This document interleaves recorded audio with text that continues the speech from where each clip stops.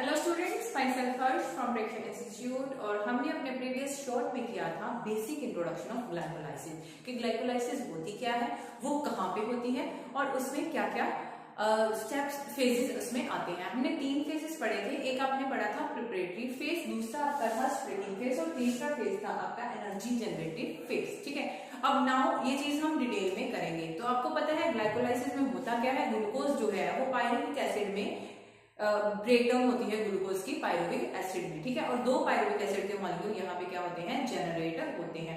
Now it is a 10 step reaction. अब हम step wise इन reactions को नोट आउट करते हैं कि कैसे ये रिएक्शन होती है। तो फर्स्ट आपका फेज जो आएगा उसमें क्या आएगा, प्रिपरेटरी फेज, कि ग्लूकोज को हम प्रिपेयर करते हैं कि उसकी स्प्लिटिंग हो। तो फर्स्ट ऑफ ऑल ग्लूकोज जो है वो इन द एंजाइम ग्लूकोज जो है वो कन्वर्ट होता है ग्लूकोज 6 फॉस्फेट में इन the presence of enzyme hexokinase. और इसके लिए हम यहाँ पे फॉस्फेट ऐड कर रहे हैं, तो हम एटीपी की यहाँ पे क्या होती है, ब्रेकडाउन होती है। It is the first step of glycolysis. ठीक है, तो ग्लूकोज 6 फॉस्फेट फॉस्फोग्लूको आइसोमेरेज एंजाइम की प्रेजेंस में कन्वर्ट होता है इसके आइसोमर फ्रक्टोज 6 फॉस्फेट में। क्लियर हो गया।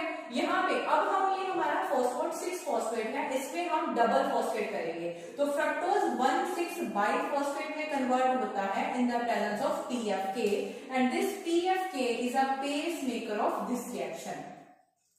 ठीक है, जैसे हार्ट में पेस मेकर होता है ना, उसी तरह से इस रिएक्शन का पेस मेकर जो है वो कौन सा एंजाइम है, दैट इज TFK। ये वर्क करता है एटीपी की प्रेजेंस। क्लियर, तो यहाँ पे भी एक एटीपी हम यहाँ पे ब्रेक डाउन करके एक फॉस्फेट जो है इसमें एड ऑन कर रहे हैं। Then fructose 1,6 bisphosphate is the 6 carbon product. Fructose 6 phosphate also 6 carbon product, glucose also 6 carbon product and glucose तो आपको पता ही है।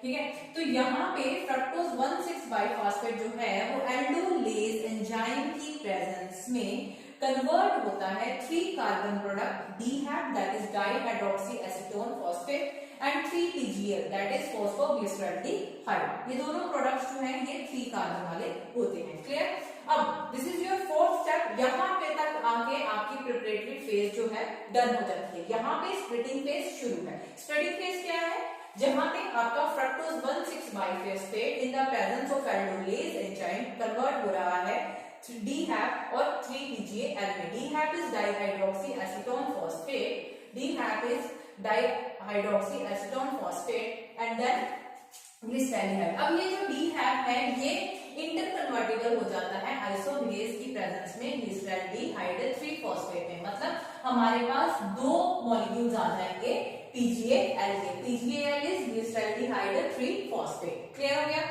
ठीक है, इस दौरान हमारे पास यहाँ पे NAD+ जो है उसका रिडक्शन होता है और हमारे पास यहाँ पे NADH एक बन जाता है। क्लियर हो गया। So this was your splitting phase, जहाँ पे 6 कार्बन वाला फ्रक्टोज 1,6 बाइफॉस्फेट जो है वो DHAP और PGL में कन्वर्ट हो रहा है। इसके बाद आपका नेक्स्ट स्टेप आता है जहाँ पे डीहाइड्रोजिनेज एंजाइम की प्रेजेंस में आपके पास अब यहाँ पे 2 मॉलिक्यूल हो गए PGL के, तो अब यहाँ पे सारे जो है 2-2 मॉलिक्यूल्स बनेंगे। PGL कन्वर्ट होता है 1,3 बाइफॉस्फोग्लिसरिक एसिड में, या फिर हम इसको ट्राइयोज फॉस्फेट भी बोलते हैं। क्लियर हो गया। Then in the presence of ADP and phosphate, ये जो 1,3 बाइफॉस्फेट है इसमें से एक फॉस्फेट निकल जाता है तो हमारे पास ATP बन जाता है। हमारे पास एक ATP यहाँ पे बन जाता है। क्लियर हो गया। देन 2 मॉलिक्यूल बन गए आपके 3 फॉस्फोग्लिसरेट के आइसोमेरेज एंजाइम की प्रेजेंस में। यहाँ पे सिर्फ यहाँ पे एक और 2 फॉस्फोग्लिसरेट बन गया। पोजीशन इसकी चेंज हो गई, 3 पोजीशन पे था, अब ये सेकंड पोजीशन पे आ गया। इसकी स्ट्रक्चर फॉर्मूला में अगर हम देखेंगे, देन इनोलेज एंजाइम की प्रेजेंस में वाटर रिमूव हो जाता है और आपका जो है फॉस्फोइनोल पाइरुवेट बन जाता है। 2 मॉलिक्यूल बन जाते हैं फॉस्फोइनोल पाइरुवेट के। क्लियर। देन उसके बाद पाइरुविक एसिड काइनेज एंजाइम की प्रेजेंस में एक तो ATP जनरेट होता है, दूसरा हमारे पास पाइरुविक एसिड का 3 कार्बन वाला एक मॉलिक्यूल 2 मॉलिक्यूल बन जाते हैं। तो दिस वाज ग्लाइकोलाइसिस। ये एक स्टेप वाइज सेक्शन है जो आपको लर्न करनी पड़ेगी। ठीक है, सबसे पहले आपकी प्रिपरेटरी फेज है, आपका ग्लूकोज कन्वर्ट हुआ ग्लूकोज 6 फॉस्फेट में, देन आपका ग्लूकोज आइसोमराइजेशन हुई, वो कन्वर्ट हो गया फ्रक्टोज 1,6 फॉस्फेट में। देन आपका फ्रक्टोज 1,6 फॉस्फेट क्या हुआ, स्प्लिट हुआ DHAP और 3-PGL में। जब इनकी स्प्लिटिंग हुई ये इंटरचेंजेबल है, DHAP फिर से हमारा क्या बन जाता है, 3-PGL बन जाता है। तो हमारे पास दो मॉलिक्यूल आ जाते हैं फॉस्फोग्लिसरॉल्डिहाइड के। क्लियर। अब ये जो ग्लिसरॉल्डिहाइड है ये डिहाइड्रोजनेशन होती है इसकी, और ये 1,3 बाइफॉस्फोग्लिसरिक एसिड में चेंज होता है, देन 3-फॉस्फोग्लिसरेट में चेंज होता है, देन 2-फॉस्फोग्लिसरेट में चेंज होता है। उसके बाद आपके पास पैप बनता है, that is phosphoenol pyruvate, and उसके बाद आपके पास दो मॉलिक्यूल बन जाते हैं पाइरुविक एसिड के। तो दिस वाज ग्लाइकोलाइसिस। अब हम एटीपीज की बात करें तो यहाँ पे हम एक एटीपी दे रहे हैं, यहाँ पे भी हम एक एटीपी दे रहे हैं। तो total net gain of ATP इस ग्लाइकोलाइसिस में कैसा है, डायरेक्ट एटीपी कैसे बन रहे हैं, देखिए 7th स्टेप में भी दो एटीपी बन रहे हैं और 10th स्टेप में भी आपके पास दो एटीपी बन रहे हैं। तो ये जो दो एटीपी बन रहे हैं ये हमारा क्या है, नेट गेन, डायरेक्टली ये बन रहे हैं। और इस तरह से जब रिएक्शन में सबस्ट्रेट लेवल पे फॉस्फेट बनता है उसको बोलते हैं सबस्ट्रेट लेवल फॉस्फोरिलेशन। ठीक है, विद इन द रिएक्शन जब ये जनरेशन हो रहा है एटीपीज का।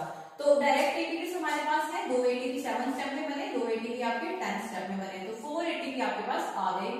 लेकिन आपके एटीपी कंज्यूम भी हो रहे हैं, दो एटीपी, एक एटीपी आपका 3rd स्टेप में कंज्यूम हुआ और एक आपका 1st स्टेप में कंज्यूम हुआ। तो आपके पास नेट गेन क्या आया, 4 - 2, आपके पास आए 2 एटीपी, और साथ ही साथ आपके पास यहाँ पे एक NADH बना और एक NADH आपका यहाँ पे बना, तो आपके पास 2 NADH भी बने। क्लियर हो गया। तो दिस वाज योर ग्लाइकोलाइसिस। आपको अगर नहीं समझ आएगा तो आप इस वीडियो को रिपीट में देख सकते हैं। क्लियर हो गया। So thank you students.